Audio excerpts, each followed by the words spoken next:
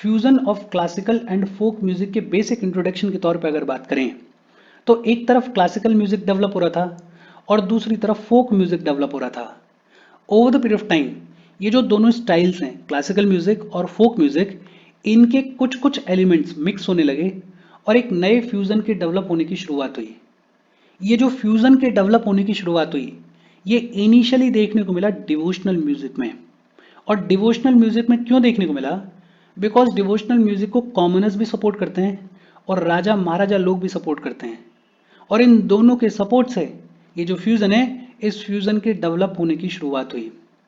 ये जो फ्यूजन है क्लासिकल म्यूजिक का और फोक म्यूजिक का, ये इनिशियली प्रोमिनेंटली देखने को मिला भजन्स के अंदर। ये जो भजन है ये बेहद पॉपुलर है नॉर्थ इंडिया में। Bhajan is the most popular devotional singing type in north India. ये जो भजन है ये ऑरिजिनेट हुए भक्ति मूवमेंट के दौरान।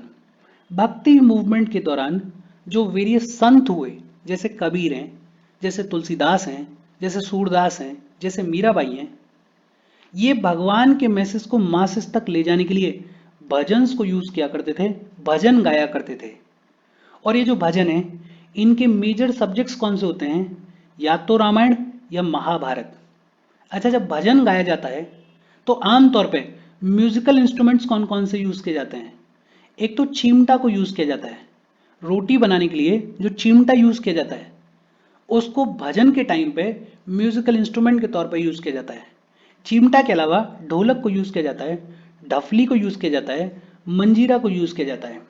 आज की डेट में प्रोमिनेंट भजन सिंगर्स कौन कौन है? एक है अनूप जलोटा और दूसरी है अनुराधा पौडवाल। बेहद सिंपल। ये जो भजन है ये बेहद पॉपुलर है कहाँ पर? नॉर्थ इंडिया में। और ये ऑरिजिनेट कब हुए? ये ऑरिजिनेट हुए भक्ति मूवमेंट के दौरान। बेहद सिंपल और इजी सी बातचीत है। फिर इसके बाद है शबद। जैसे हिंदुइज्म में भजन होते हैं वैसे ही सिखिज्म में शबद होते हैं। ये जो शबद होते हैं ये डिवोशनल सॉन्ग्स होते हैं जो कि गुरुज के लिए गाए जाते हैं और गुरुद्वारे में इनको गाया जाता है। हिस्टोरियंस ये कहते हैं कि गुरु नानक ने और उनके एक डिसाइपल मारदंड ने ये जो शब्द हैं इनको डेवलप किया और इनको पॉपुलराइज किया। आज की डेट में शब्द सिंगिंग के 3 टाइप्स हैं। कौन कौन से 3 टाइप्स हैं? एक राग बेस्ड शब्द सिंगिंग होती है, राग बेस्ड शब्द सिंगिंग होती है। दूसरा ट्रेडिशनल शब्द होते हैं और इनको मेंशन किया गया है आदि ग्रंथ में। और तीसरा कुछ लाइटर स्टाइल्स होती हैं। तो आज की डेट में 3 टाइप की शब्द सिंगिंग देखने को मिलती हैं। अच्छा, गुरु ग्रंथ साहिब में हर एक चैप्टर में किसी पर्टिकुलर राग के ऊपर बात की गई है और उस पर्टिकुलर राग को पकड़ के हर एक चैप्टर में कई सारे शब्द देखने को मिलते हैं गुरु ग्रंथ साहिब में। भजन क्या होते हैं, शब्द क्या होते हैं, आपको बहुत इजीली समझ में आने चाहिए और इसमें कुछ रटना नहीं है, बेसिक तौर पर चीज़ों को दिमाग में रखना। हम आगे बढ़ें उससे पहले वीडियो पे लाइक के बटन को दबा दो। लाइक दबाना ज़रूरी है बिकॉज यूट्यूब ऐसे ही फंक्शन करता है। जब आप वीडियो पे लाइक के बटन को दबाते हो तो यूट्यूब वीडियो को कंसिडर करता है और थोड़ा सा पुश कर देता है। तो लाइक का बटन दबा दो, शेयर कर दो अपने सोशल मीडिया हैंडल्स पे, व्हाट्सएप वगैरह पे अपने फ्रेंड्स को। जो भी लोग इसमें इंटरेस्टेड है, इससे रिलेटेड पढ़ाई कर रहे हैं, उनको शेयर कर दो। अगर चैनल को सब्सक्राइब नहीं किया है तो फॉर श्योर चैनल को सब्सक्राइब कर लो। और अगर आप केपेबल हो हेल्प करना चाहते हो तो आप हमें हेल्प कर सकते हो by clicking on the join button, या फिर आप कंट्रीब्यूट कर सकते हो क्यूआर कोड को स्कैन करके। अच्छा, भजन क्या होते हैं, शब्द क्या होता है, वो हमें समझ में आ गया। फिर इसके बाद है कव्वाली। और कव्वाली भी डिवोशनल म्यूजिक है। कव्वाली में अल्लाह को प्रेज किया जाता है, प्रॉफिट मोहम्मद को प्रेज किया जाता है, या फिर कोई मेजर सूफी सेंट हुआ, इस्लामिक सेंट हुआ, उसकी प्रेज में कव्वाली को गाया जाता है। अच्छा, ये जो कव्वाली होती है इसको कंपोज किया जाता है सिंगल राग में। सिंगल राग में कंपोज किया जाता है कव्वाली को। और लैंग्वेज कौन सी यूज की जाती है? आमतौर पे उर्दू या पंजाबी या हिंदी। जो सूफी श्राइन्स हैं वहां पे कव्वाली को आमतौर पे परफॉर्म किया जाता है। और ये जो कव्वाली होती है ये जनरली ग्रुप में गाई जाती है। इस ग्रुप में 2 लीड सिंगर्स होते हैं और इनके अलावा 8 और मेंबर्स होते हैं। कव्वाली के टाइम पे आमतौर पे कौन से म्यूजिकल इंस्ट्रूमेंट्स यूज किए जाते हैं? तबला यूज किया जाता है, ढोलक यूज की जाती है और हारमोनियम यूज किया जाता है। कव्वाली का जो टेम्पो होता है वो धीरे धीरे बिल्डअप होता है। ऐसा माना जाता है कि कव्वाली के ओरिजिनेटर कौन है? आमिर खुसरो हैं। इसके बारे में ऑलरेडी हमने पढ़ा हुआ है, हालांकि इस पे खूब डिबेट भी चलती है, लेकिन हाँ कॉमन अंडरस्टैंडिंग ये है कि कव्वाली के ओरिजिनेटर कौन है? आमिर खुसरो हैं। आमिर खुसरो ने एक और म्यूजिकल इंस्ट्रूमेंट इन्वेंट किया था जिसका नाम क्या है? सहतार। सहतार नाम का जो म्यूजिकल इंस्ट्रूमेंट है, इसको भी इन्वेंट किसने किया था? आमिर खुसरो ने किया था। आज की डेट में मेजर कव्वाल्स की अगर बात करें तो शबरी ब्रदर्स हैं, नुसरत फतेह अली खान साहब हैं और अजीज वारसी है। तो ये मेजर कव्वाल्स हैं।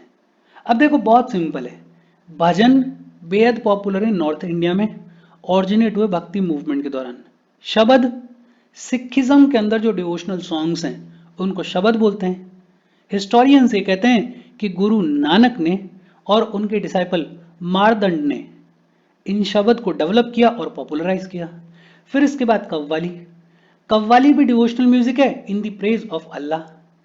कव्वाली को सिंगल राग में कंपोज किया जाता है, आमतौर पे उर्दू लैंग्वेज में, पंजाबी लैंग्वेज में या हिंदी लैंग्वेज में इसको परफॉर्म किया जाता है। कव्वाली को जनरली ग्रुप में परफॉर्म किया जाता है। तबला, ढोलक, हारमोनियम को यूज किया जाता है कव्वाली को परफॉर्म करने के टाइम पे। ऐसा माना जाता है कि कव्वाली के ओरिजिनेटर कौन है? आमिर खुसरो हैं। बेहद सिंपल और इजी सी बातचीत है। फिर इसके बाद रविंद्र संगीत। बंगाल में one of the most famous methods of composing music है रविंद्र संगीत। बंगाल में म्यूजिक को कंपोज करने का one of the most famous method है रविंद्र संगीत। और इस मेथड को जब यूज किया जाता है तो वैसा म्यूजिक रिक्रिएट होता है जैसा रविंद्रनाथ टैगोर बनाया करते थे। तो वहां से इंस्पिरेशन आती है इस रविंद्र संगीत की। ये जो रविंद्र संगीत है इसमें क्लासिकल एलिमेंट्स और बंगाली फोक म्यूजिक के जो एलिमेंट्स हैं उनका मिक्स देखने को मिलता है। रविंद्र संगीत में डाइवर्स थीम्स देखने को मिलती हैं। पेट्रियोटिज्म मेन थीम है, इसके अलावा डिवोशनल सॉन्ग्स को भी, संगीत को भी क्रिएट किया जाता है। लव को भी एज अ थीम रिप्रेजेंट किया जाता है इस रविंद्र संगीत में। तो बेहद सिंपल, रविंद्र संगीत कहां पे देखने को मिलता है? बंगाल में देखने को मिलता है। रविंद्र संगीत में क्लासिकल एलिमेंट्स और बंगाली फोक एलिमेंट्स का मिक्स देखने को मिलता है। फिर इसके बाद है गान संगीत। और ये जो गान संगीत है इसको ग्रुप्स में परफॉर्म किया जाता है। गान संगीत को ग्रुप्स में परफॉर्म किया जाता है।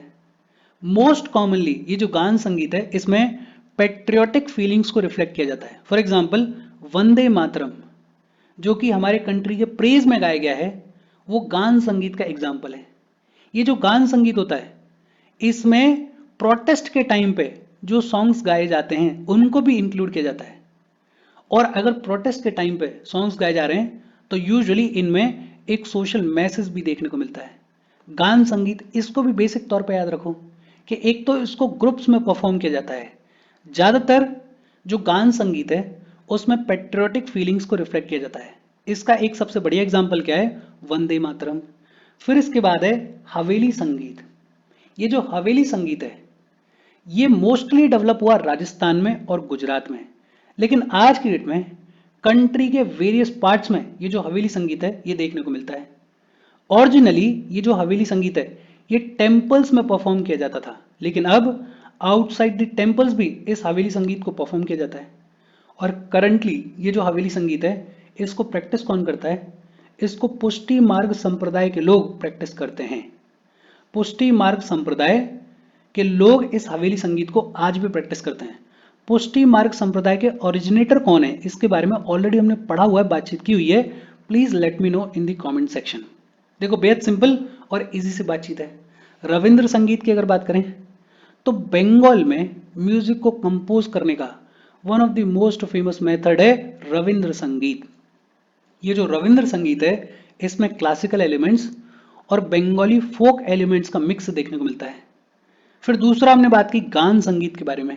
ये जो गान संगीत है ये ग्रुप्स में गाया जाता है और इसमें मोस्टली पेट्रियोटिक फीलिंग्स को रिफ्लेक्ट किया जाता है। इसके बाद हमने बात की हवेली संगीत के बारे में। ये जो हवेली संगीत है ये मोस्टली डेवलप हुआ राजस्थान में और गुजरात में, लेकिन आज की डेट में कंट्री के वेरियस पार्ट्स में ये हवेली संगीत देखने को मिलता है। ओरिजिनली ये टेम्पल्स के अंदर गाया जाता था, लेकिन आज की डेट में टेम्पल्स के बाहर भी इसको परफॉर्म किया जाता है। करंटली इसको प्रैक्टिस कौन करता है? पुष्टि मार्ग संप्रदाय के लोग इसको प्रैक्टिस करते हैं। अच्छा, इसके अलावा भी बहुत सारी स्टाइल्स हैं जो कि क्लासिकल और फोक म्यूजिक के फ्यूजन के साथ में डेवलप हुए हैं। उनके नाम देख लेते हैं। जैसे एक है अभंगा। ये जो अभंगा नाम का स्टाइल है, ये कहाँ पे देखने को मिलता है? महाराष्ट्र में देखने को मिलता है। बातियाली, बातियाली नाम का ये जो स्टाइल है, ये कहाँ पे देखने को मिलता है? ये वेस्ट बंगाल में देखने को मिलता है। तेवाराम, तेवाराम ये नाम आपने पहले भी सुना होगा। ये जो स्टाइल है, ये कहाँ पे देखने को मिलता है? तमिलनाडु में देखने को मिलता है। कीर्तन, कीर्तन कहाँ पे देखने को मिलता है? वेस्ट बंगाल में देखने को मिलता है। और सोपना संगीतम, ये कहाँ पे देखने को मिलता है? केरला में देखने को मिलता है। तो अभंगा महाराष्ट्र में, बात्याली वेस्ट बंगाल में, तेवाराम तमिलनाडु में, कीर्तन वेस्ट बंगाल में और सोपना संगीतम केरला में। और इसके साथ फ्यूजन की जो बातचीत है वो खत्म हो गई। इजी सेशन है, इसमें ऐसा सच रटना भी नहीं है कुछ, बस मोटा मोटा चीज़ों को देखो और दिमाग में बिठाओ और आगे बढ़ जाओ। कोई डाउट हो तो कमेंट करके पूछ लेना। Thank you very much.